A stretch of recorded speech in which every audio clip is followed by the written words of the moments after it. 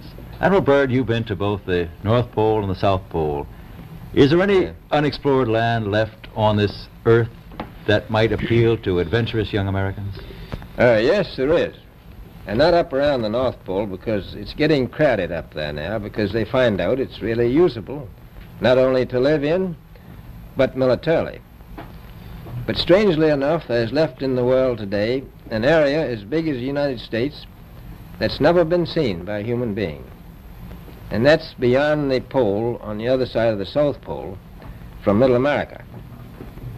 And I think it's quite astonishing that there should be an area as big as that unexplored. That's a tremendous So challenge. there's a lot of adventure left down at the bottom of the world. Well, Admiral, do you hope to see that? We've found enough of coal within 180 miles of the South Pole in a great ridge of mountains. It's not covered with snow, enough to supply the whole world for quite a while.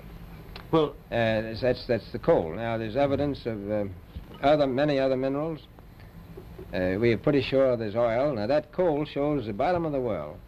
Now, by far the coldest spot in the world. Where that coal is gets 100 below zero in the winter.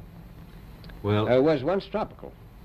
So we think there's oil there, and there's evidence, probably uranium there.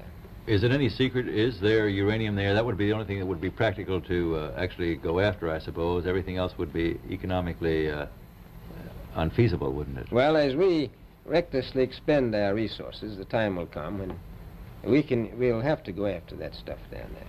Well, you know, I avoided what you said about uranium. I'm not sure about that. I don't want to have the world fighting over the Antarctica. Admiral, is there a competition among other nations to try to get information about Antarctica and possibly to secure some of these resources? Well, yes. There are now 7 nations very much interested. Russia is interested tremendously. That I'm sure of. Australia has an expedition down there. The Argentine, the Chile, New Zealand, Britain, and so on. Now, you can understand those people down there being interested because they live down there, the New Zealanders, the Argentinians, the Chileans, and Australians. And so we don't do much about claiming anything. Admiral, you make this sound a little crowded. Are there that many expeditions now there or en route there?